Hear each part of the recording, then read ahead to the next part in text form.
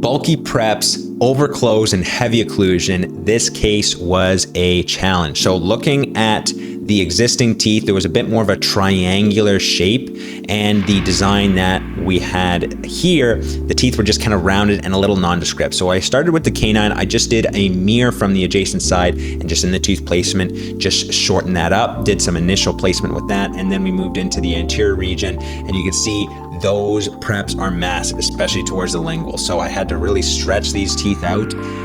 But right now what I'm mostly focusing on is their relation to each other and their buccal emergence to make sure that I've got minimal thickness covered on the facial aspect.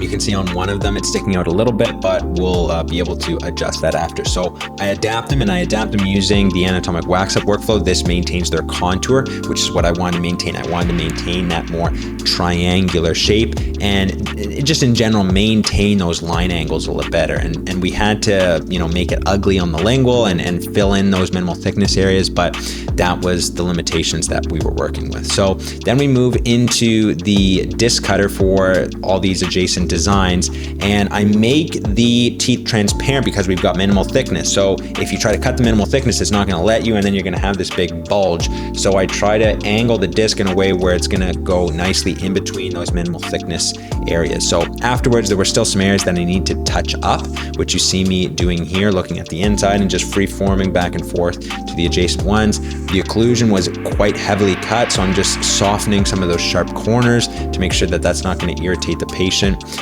But those wear facets are kind of aligned with what we see in the adjacent teeth, so I'm not trying to smooth them too much. I want to sort of strike that balance between smooth function and aesthetics.